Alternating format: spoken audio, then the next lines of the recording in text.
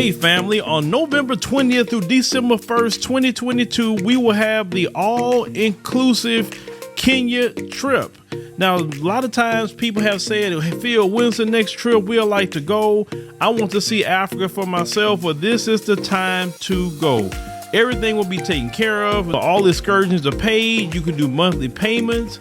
You know, they'll have safari and a 6-city tour. You will see Charlie Island, which is something that we did not see last time on the tour. This tour will be 12 days instead of 7 days. So make sure to secure your place on the trip by going to www.wbsvs.com, make your deposit, and then you can start making your payments, and we'll see you in Kenya. There was a little young sister, 13 years old, went before the Grand Rapids City Council. And, you know, they give people a chance to speak. And I want you to hear, you know, this young sister. And once again, I'm going to say she's 13 years old. Let's go ahead and roll that. My name is Nayar Taminga. I am 13 years old. I've lived in Grand Rapids almost my whole life. I'm going to say it again. I'm 13 years old. All of you are adults. Adults, right? You can drive, you can drink, you can vote. I don't have that. When I asked my mom if I could be dropped off here, her response was, is it safe? Is it safe?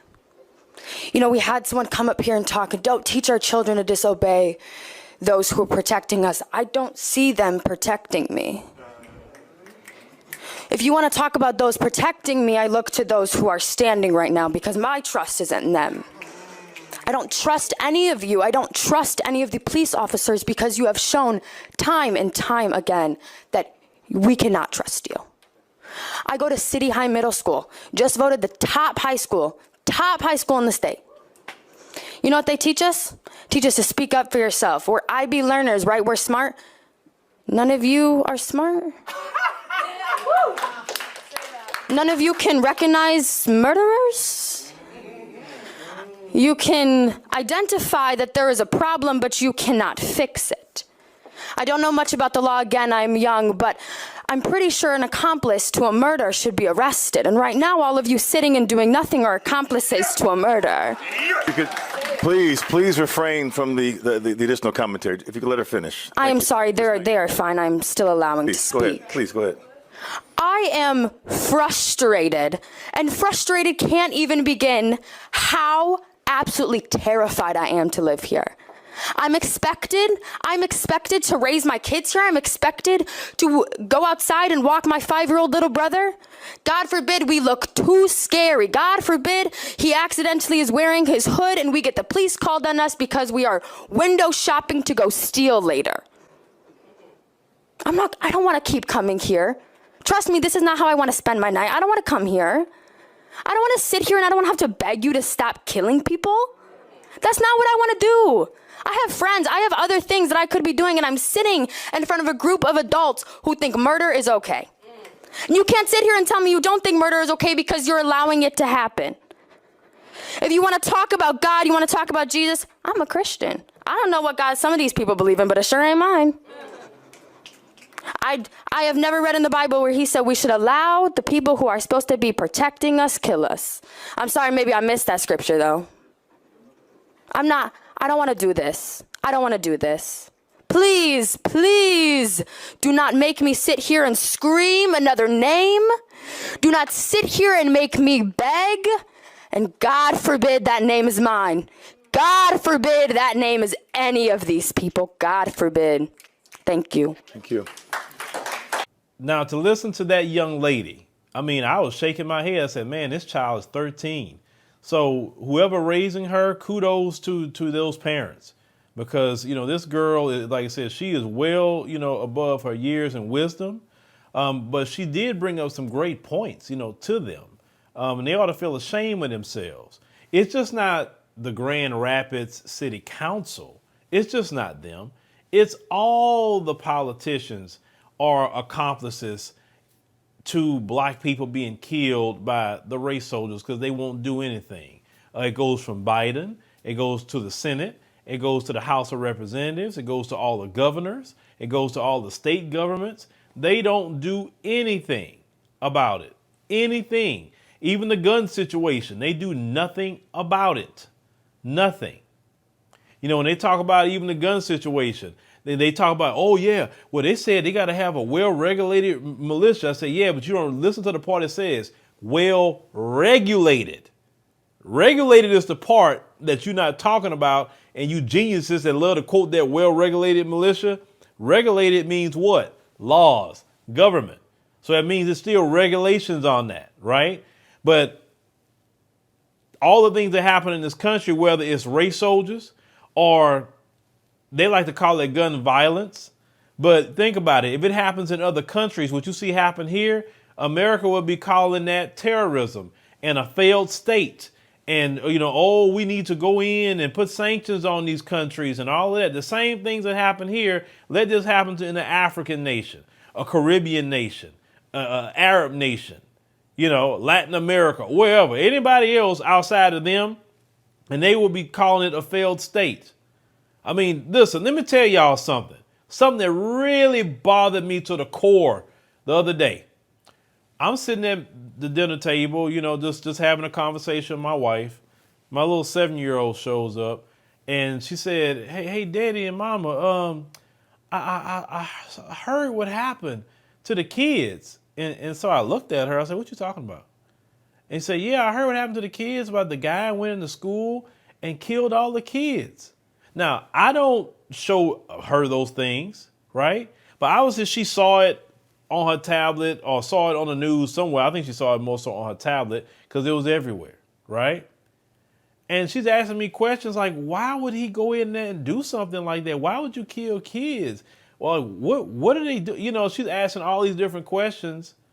And at 7 years old, when I was 7, I was not having that kind of conversation with my parents because people wasn't going in schools and doing these things over and over and over and over again.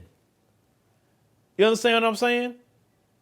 And you got these politicians that don't do anything because they claim by their rights and they claim about this and they claim about that. And it happens over and over and over and over again. And the people say, oh, I don't like what the politicians are doing, but yet you go voting right back in, though. It don't make sense to have somebody like Nancy Pelosi still in office in her 80s. It make no sense for Jim Clyburn to be in office in his 80s. Biden, they had other Democrats you could have voted for. You wanted to vote Democrat, but yet you voted him in. Biden, the one that had a major history of anti-black racism. And that's who people want to vote in. I'm just trying to say is that the American public is also part to blame too. What's going on in this country because those politicians don't get in on their own. People are voting them in repeatedly and they do nothing. These politicians are horrible. They feel they don't have to do nothing. Even after something major happened, they don't have to do nothing. Everything is about my party. My party wants this. My party wants that. It's not about, hey, we both Americans. We think a little different, but we both Americans, so we need to protect the people because, hey, if anything, that possibly could happen to, my family or whatever. No, they don't think that way. Everything's party, and this is why the government literally can't do anything. They can't. The people in this country allow it. You allow them to do whatever they want to do because you keep putting them back in office. The American people should be screaming about term limits for judges. I'm talking about federal judges too, and the Supreme Court. Y'all should be screaming about term limits. Say, hey, if you're a federal judge or Supreme Court justice, you can only have one 10-year term. That's it. After 10 years, you're out of there. It shouldn't be no permanent appointments to anything. No. Because if you get somebody that's wicked, you're going to deal with them forever? You know what I'm saying? When it comes to the House and Senate, it should be no different like the president. It should be 2 4-year terms. After that, you're out. Why is it that American people allow that? Then you wouldn't have nobody like Nancy Pelosi and the rest of Mitch McConnell and all of them still up there after all these freaking years. But the problem is y'all let the people vote on term limits. That's something the voters should be voting on is term limits, not them. But they set this system up where they have this political class, they can do whatever the hell they want to do. You have this child here that don't feel safe. And I know this system, that how it is, this system is enshrined in what it is, right? And this system isn't meant to protect black people. It isn't. And I know 2/3 of black people believe this system's going to change. 2/3 of black people believe that they got faith in this place to treat black people better eventually. And I'm part of the third black people that know the mindset and culture of white supremacy. And that's just not going to happen out of the good graces of their heart. That's not going to happen. You'll spend your last day on earth, and they still be doing the exact same thing. The exact same thing.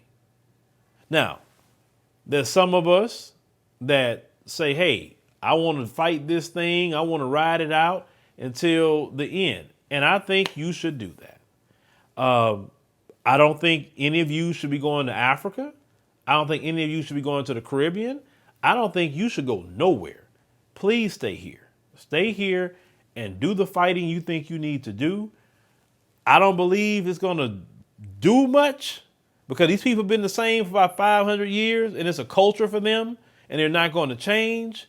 And I just know that it's not God's will for us to run Babylon. I know that, but you may think different, right? And you should be able to fight what you're going to fight.